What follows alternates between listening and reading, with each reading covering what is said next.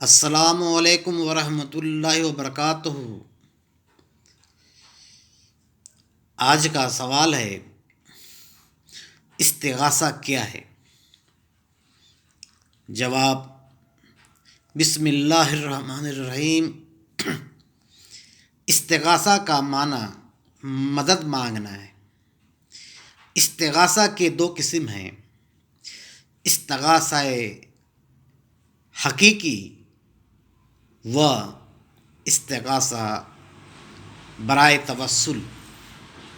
دونوں استغاثہ صحابہ کرام رضی اللہ عنہ سے ثابت ہے۔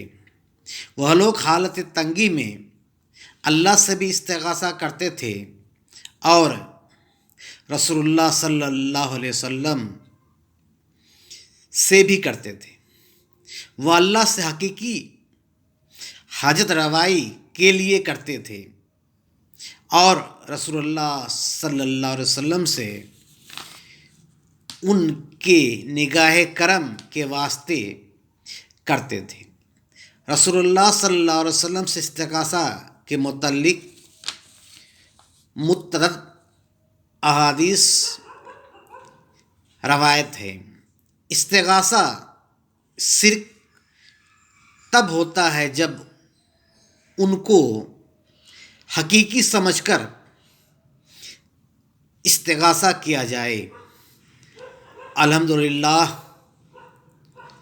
مسلمان اللہ کے علاوہ کسی کو حقیقی مستعان نہیں سمجھتا۔